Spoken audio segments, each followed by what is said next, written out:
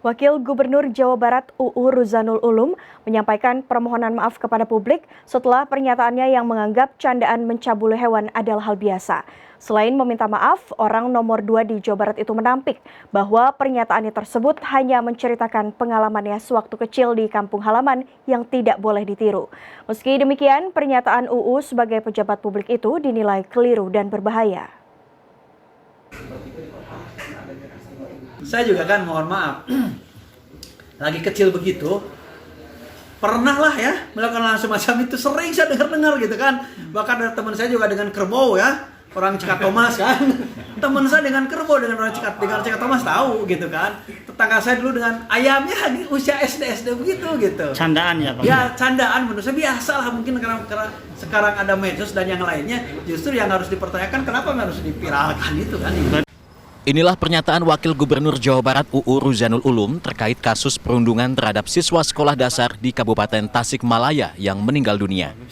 Pernyataan tersebut dilontarkan UU saat diwawancarai wartawan usai menemui keluarga korban perundungan di kantor Komisi Perlindungan Anak Indonesia Daerah KPAID Kabupaten Tasikmalaya Sabtu 23 Juli 2022.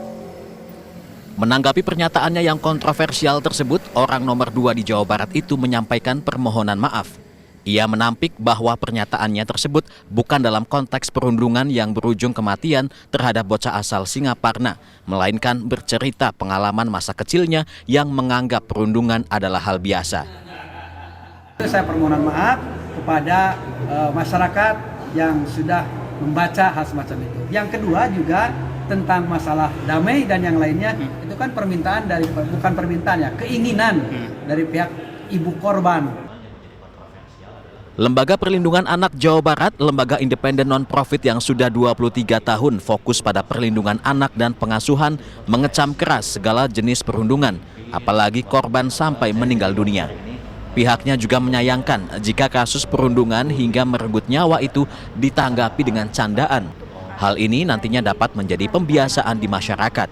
Padahal bullying atau perundungan dapat membuat anak mengalami trauma yang berdampak panjang jika tidak dipulihkan.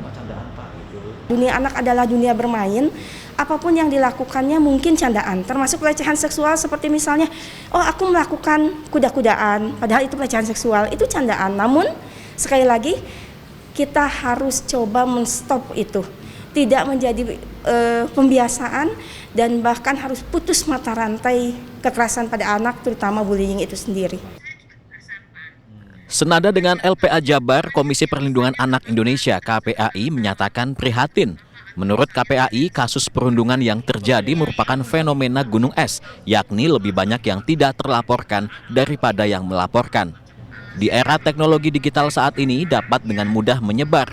Terlepas dari kondisi zaman, tindakan perundungan tidak dibenarkan. Pelaku kan juga masih usia anak gitu, dengan korban yang ketahuannya kalau karena viral juga ya, itu juga situasinya ya PR-nya luar biasa.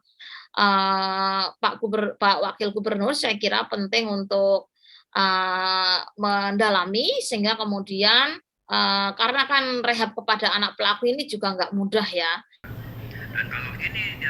Di sisi lain, dosen kebijakan publik Universitas Padjadjaran menilai kasus bullying yang ditanggapi dengan candaan, terlebih dilakukan oleh pemimpin atau pejabat publik, adalah hal yang keliru. Selain itu, menunjukkan bahwa ia tidak memahami esensi persoalan. Mungkin yang disampaikan tadi candaan itu berangkat ketika yang bersangkutan masih kecil, tahun 70-an. Tahun 70-an memang teknologi kan berkembang atuh. Teknologi belum berkembang sehingga itu bisa dikatakan seperti itu karena tidak ada yang merekam. Sekarang ini banyak banyak rekaman-rekaman baik medsos, TV, kemudian radio. Ini akan menjadi besar juga. Jadi kalau bayangan saya jangan segampang itulah memandang kasus-kasus ini karena ini membahayakan, apalagi disampaikan oleh pejabat publik. Ini akan berbahaya. Sebelumnya pada Rabu 20 Juli 2022, pelajar kelas 6 sekolah dasar di Kecamatan Singaparna, Kabupaten Tasikmalaya meninggal dunia usai jalani perawatan medis di rumah sakit. Bocah 11 tahun itu mengaku dipukul teman permainannya. Korban juga dipaksa melakukan pencabulan terhadap kucing sambil direkam. Hingga Selasa 26 Juli 2022, Polda Jawa Barat telah menetapkan 3 tersangka usai memeriksa 15 orang saksi dalam kasus tersebut. Tim Liputan CNN Indonesia, Bandung, Jawa Barat.